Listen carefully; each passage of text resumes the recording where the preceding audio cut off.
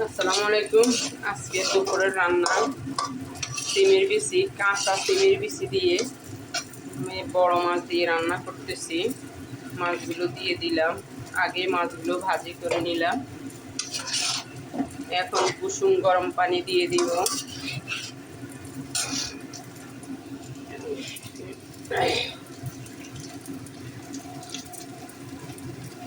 কুসুম গরম পানি দিয়ে দিলাম।